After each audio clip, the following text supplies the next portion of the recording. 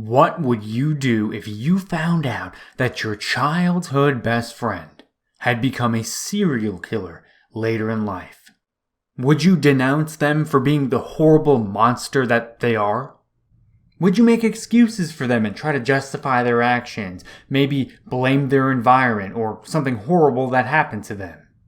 Or would you be one of the many kinds of people that try to profit from something like that? Maybe write a book, make a movie, star in a documentary, something like that. It's a really interesting thought experiment.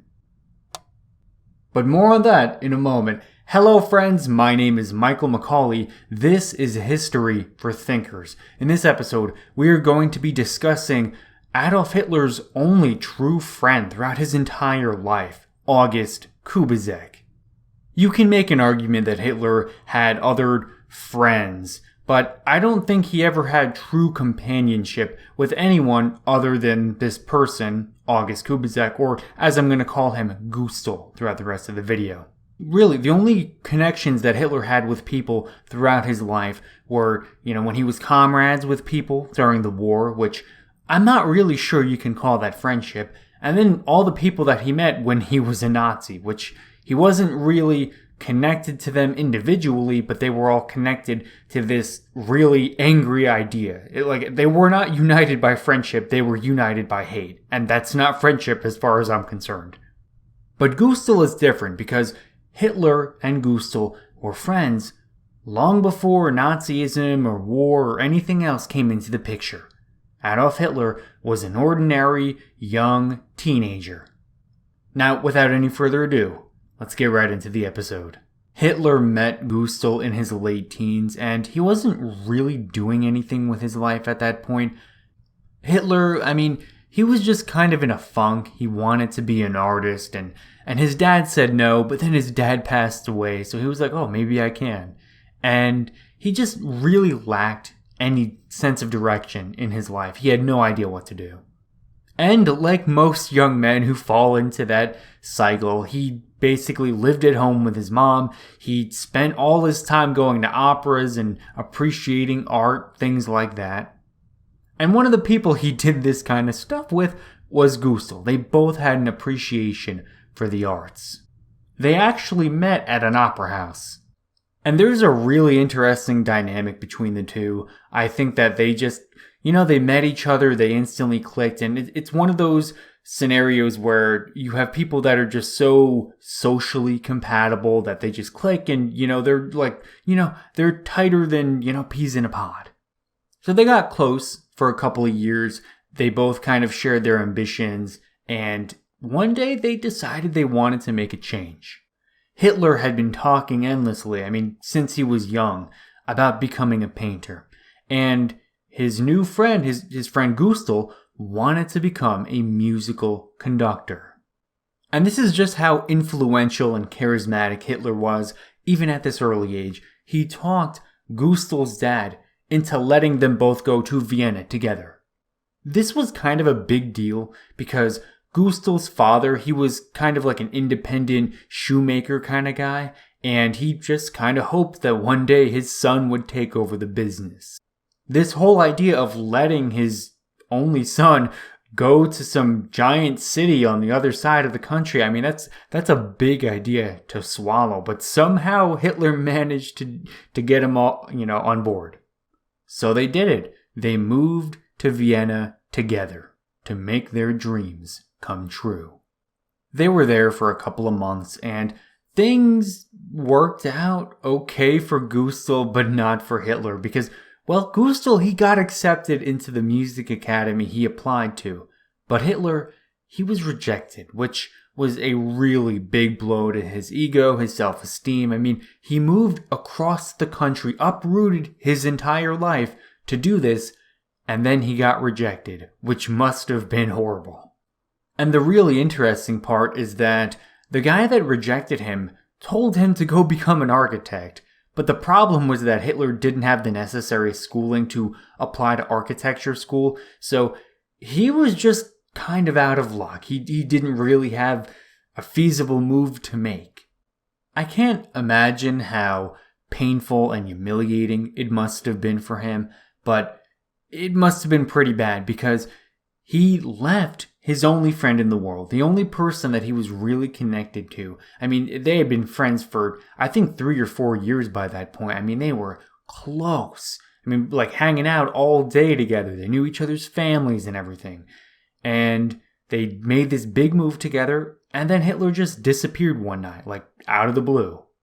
He didn't even tell Gustl that he had been rejected from art school. As sad as the situation may have been, life went on as it does. Hitler became homeless, though, and, that was a really rough point in his life. He, lived in random places with random other homeless guys, and, he tried painting to make money. He did random odd jobs whenever he could, but it was a really difficult time to make it. I think to call Hitler a drifter at this point in his life would have been a massive understatement. He had no one, he had nothing. And then World War I came along, and finally that was his opportunity to belong somewhere and have some kind of meaning in his life.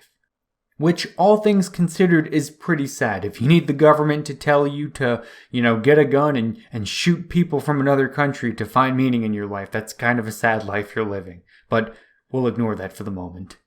Gustl actually went all the way through the music academy. He did really well, graduated at the top of his class, and he was an actual conductor up until World War I.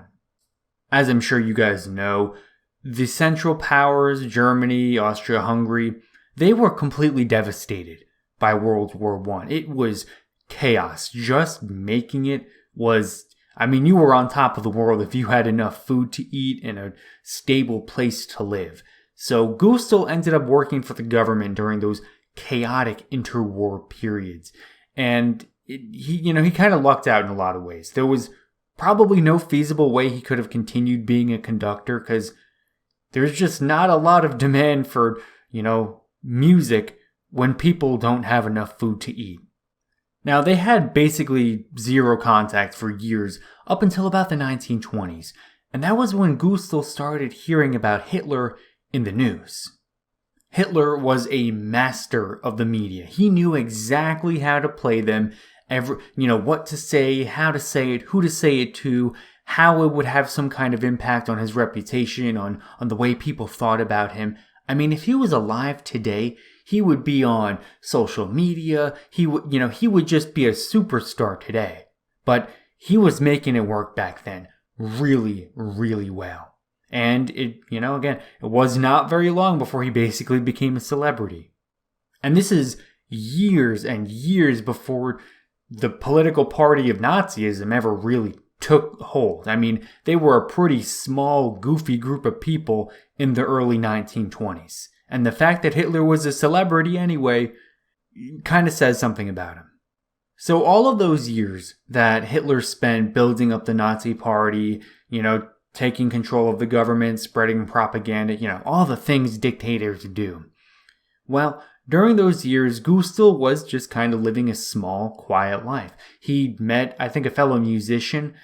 He married her. They had 3 kids together. Pretty typical happy little family kind of thing, It's nice.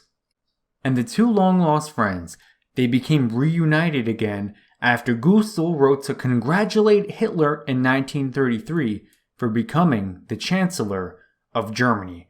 All those years, he never reached out, never asked for any favors, never. As far as I know, I don't even think he voted for Hitler or anyone for that matter for those years. He was a fairly unpolitical person. But in 1933, he finally reaches out again, finally reestablishes contact after all those years. And Hitler was crazy happy about it because, they got together, they talked about music and art and life, and, there were a couple events that they went to, a couple German festivals, things like that. And they just got along great. I don't remember the exact wording, but Gustl wrote something about it being some of the happiest hours of his life. So even after all those years, all that time, all of the things that happened to each of them individually, well, they get together again and, they still kind of hit it off. They're still good, which, I don't know, it's kind of touching. It almost makes you wonder, what if Hitler had more relationships like that? And would his life and his decisions, would they have been any different? Who knows, but something to think about. It's not very long into reestablishing contact that Gustl is in kind of a moral dilemma, because the Nazis, they ask him to write a propaganda book, basically something along the lines of, hey, I was friends with Hitler when he was young, and he was the best and so smart and, much greatness. And Gustl was kind of reluctant about doing this. He, basically said, yeah, I'm going to write a book about that, but it's going to be the book that I want, and not the book that you Nazis want me to write. Which is pretty interesting considering the fact that Gustl wasn't even a Nazi. He didn't even join the party for years down the road. So the fact that, he's friends with Hitler, the Nazis ask him to write a propaganda book, and he, says basically no. I mean, that kind of gives you an insight into the kind of person Gustl was. He stood by what he thought was the right thing to do. So he was in the process of writing it, but he didn't lie, he didn't exaggerate, he didn't make Hitler out to be a saint, but he also didn't make him out to be the devil. Now, it's important to note that Gustl did actually join the Nazi Party in 1942, not because they talked him into it, or convinced him of the political programs. It was really because Hitler was suffering a PR disaster. World War II was horrible. They're fighting on all these different fronts, and it was looking really bad. And, things were just horrible for Hitler. There were a bunch of assassination and coup attempts. And Gustl he kind of wanted to show solidarity and support for his friend. So he joined the Nazi Party to support Hitler. And through all of this, Gustl really shows that he is extremely loyal to his friends. I mean, you just have to think about what it would take to get an unconvinced person to join something like the Nazi Party, right? Like this crazy political extremist group. Gustl wasn't political. He didn't get involved with this kind of stuff. He just didn't really care or think about it very much.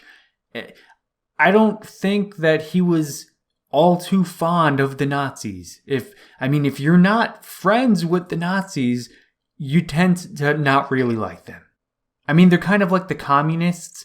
You can like them, you can dislike them, but you can't really be neutral about them. It's really difficult to remain neutral about these kinds of things. And the fact that he wasn't on board meant that he probably had some reservations. He probably saw, this authoritarian thing, I don't really care for it, but listen, Hitler, you're my friend. We have this bond. I'm going to be loyal to you because I know you're loyal to me, so I got you, man. He didn't get the book finished until after the war ended. And it's important to note that he did not denounce his friend. He didn't, call him out to be a monster. He didn't make it out like it was something that it wasn't. He wrote from an unbiased, unpolitical perspective. This is the opening line from the book. Quote, even though I, a fundamentally unpolitical individual, had always kept aloof from the political events of the period which ended forever in 1945, nevertheless, no power on earth could compel me to deny my friendship with Adolf Hitler. And I think this is one of the most valuable, virtuous things he could have done. He did not write a for or against propaganda piece which of course, let's not forget, after the war, there was a lot of pressure and probably a lot of money thrown at him to write some kind of, Hitler was evil kind of book. He didn't do that. He didn't take the money. He didn't write lies. He wrote the truth. And because of that, we have an actually accurate little piece of information about Hitler and a point in his life, which otherwise we would not have had. There have literally been millions of hit pieces or crazy pro-Hitler propaganda pieces written throughout, since from the time he was alive and all the years after. There has been crazy propaganda for and against. And it's just really nice having one unpolitical, unbiased account of who Hitler was as a human being. Personally, I'm really glad that Gustl decided not to denounce and not to defend his friend. He chose to defend the truth. Thanks so much for listening. My name is Michael McCauley. This is History for Thinkers. I'll catch you guys in the next one. Peace out.